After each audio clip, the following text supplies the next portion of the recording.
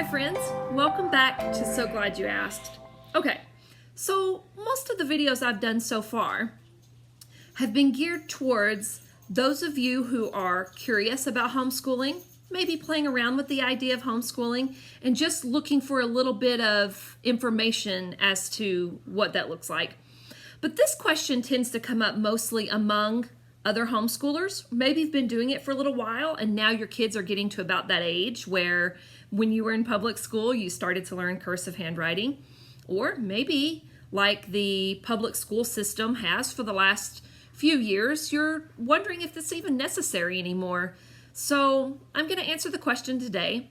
Do you teach cursive handwriting in your homeschool? Well, so glad you asked. Let me tell you my thoughts on it. So in my family, one of the things that we often sort of weigh when we're trying to make decisions about what we want to incorporate in our home educational plan is it's better to have it and not need it than to need it and not have it. And I'd say that's especially true here on the topic of cursive handwriting. So will there ever be opportunities where our kids may need to know how to read or to write in cursive? I think they're out there in the world right now. But a couple of the main reasons why, or where I see that there may be a need, okay? So generally speaking, that's our philosophy. More information is better than less information. But two main areas. One is it's kind of expected when you sign an official or a legal document that you will do so with a cursive signature. So I think that's important for our kids to be able to both apply their own signatures in cursive as expected, but also to be able to read others' signatures. Now, to be fair, there are people out there who have signatures that are not very legible, so there's that. But the other reason is because a lot of our founding documents, the Declaration of Independence, the United States Constitution, the Bill of Rights, those are all written in cursive.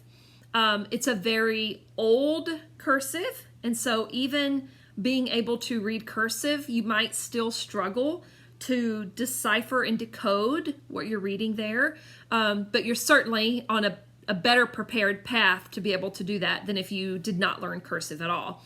And so I think that's important for anyone to be able to read those documents and to know the intent behind them. Now, the language also was at a higher level than we're used to speaking commonly these days. And so there may also be some struggle there just to be able to understand the words and the language, which is a whole other topic of conversation. And again, one of the reasons why we ultimately chose to homeschool, because we do want that higher level of language and understanding, and we hope to be able to foster that in our home education. I mean, at this point, who knows? We'll see. The Federalist Papers, the Anti-Federalist Papers, all of those I think are important as we look to our history and certainly as we move towards the future. So that's probably the biggest, our most important purpose behind choosing to teach cursive handwriting to our students, to our children. So I don't know, what do you think? Do you think it's a good idea? Do you think it's worth it? It's a waste of time? I think I will do a whole other video on the methods and how and what we've used in teaching cursive handwriting, but just to drop that out there today for our support behind actually teaching this method of handwriting. What do you think? Leave me a comment. If you like the video, give me a thumbs up. Now, it's not do you like cursive handwriting, it's did you like the information? Did you like that we made a video about it?